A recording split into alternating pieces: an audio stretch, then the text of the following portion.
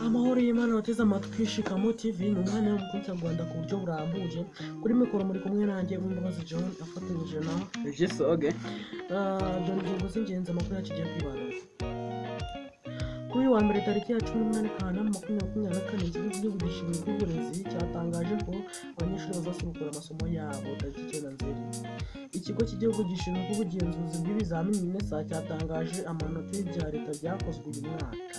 Turanyura no mu makuru y'imyidagaduro n'imikino turanyuzamo amaso mu kanya ariko byo burambuye.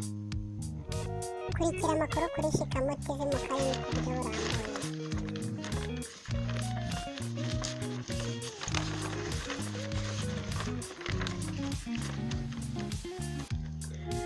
Kuri uyu wa mbere tariki 18 Kanama 2024 ikigo cy'igihugu gishinzwe uburezi cyatangaje ko abanyeshuri bazasubukura amasomo yabo tariki 9 Nzeri 2024. Inkuru yacu turamburirwa na mugenzi wacu Regis Oge.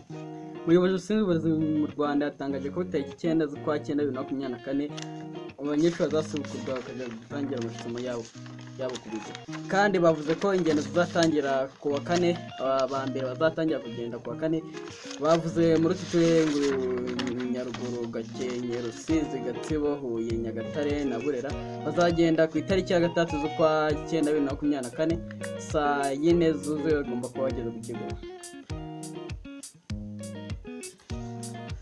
Ikigo cy'igihugu gishinzwe ubugenzuzi bw'ibizamini NESA cyatangaje amanota y'ibya leta byakozwe uyu mwaka mu banyeshuri b'amashuri abanza hakoze 188,524, muri tronkomeye hakoze 189,525, abanyeshuri b'amashuri abanza hatsinze 10,510, batsindiye ku kigero cya 27/30 abakobwa, 28/30 abahungu.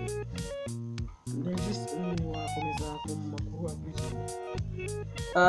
Kuri uyu wa mbere tariki ya 7 z'ukwa 8 2024 haratangaza ko abagore n'abagabo bose bakunze guhoterana. Hari abagore bakahotera abagabo, hari n'abagabo bahotera abagore. Kumenya n'impinja zigenda zishimutwa gahoro gahoro tujye tukabikesha n'umuyobozi wacu Paul Kagame kugira ngo arwanye ibyo bikorwa bibi.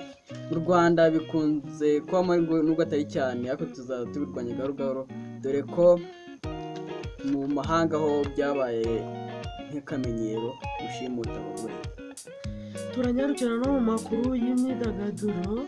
Nimukureho urushinge, nimukureho kuri shene mu kanya ni ibyo burambuye turashaka kuvuga. Yego.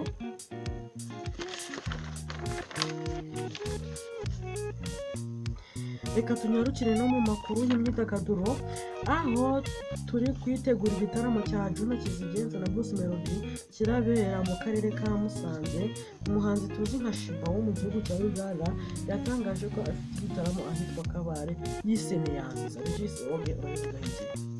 Ndavuga ko uwo muhanzi bita Shiba agomba kutaramira hariya ahantu bita Mubende. Yashyize igitaramo cyitwa Neyanza kandi ko abo bahanzi batandukanye tumiye muri iki gitaramo abo bazwiho nka ba David Rutaro n'umuhanzi tuzi cyane nka Bruce Melody mu Rwanda, akaba nawe yatumiwe mu gihugu cya Uganda muri icyo gitaramo cya Neyanza. Yego, reka tunyarukire no mu makuru y'imikino. Amakuru y'imikino Oge turayanyarukiramo. Haravuga iki mu makuru y'imikino? Mu makuru y'imikino havuga ko umukinnyi w'icyamamare tuzi nka Rashford yakina mu ikipe ya Arsenal yasezereye mu ikipe ye. Yego nibyo, Rashford yayisezereye kuri uyu wa mbere, akaba yagiye mu ikipe y'igihugu y'Ubuholande bakaba banguze miliyoni 80. Amakuru y'imikino akaba ari ayo ngayo twabateguriye. Wakoze cyane Rwanda kugeza namwe mwakoze cyane kuri muri studio Shikamo TV. namwe mwadukurikiye mwakoze cyane, mukomeze munegerwe na gahunda za Shikamo TV. Ciao ciao.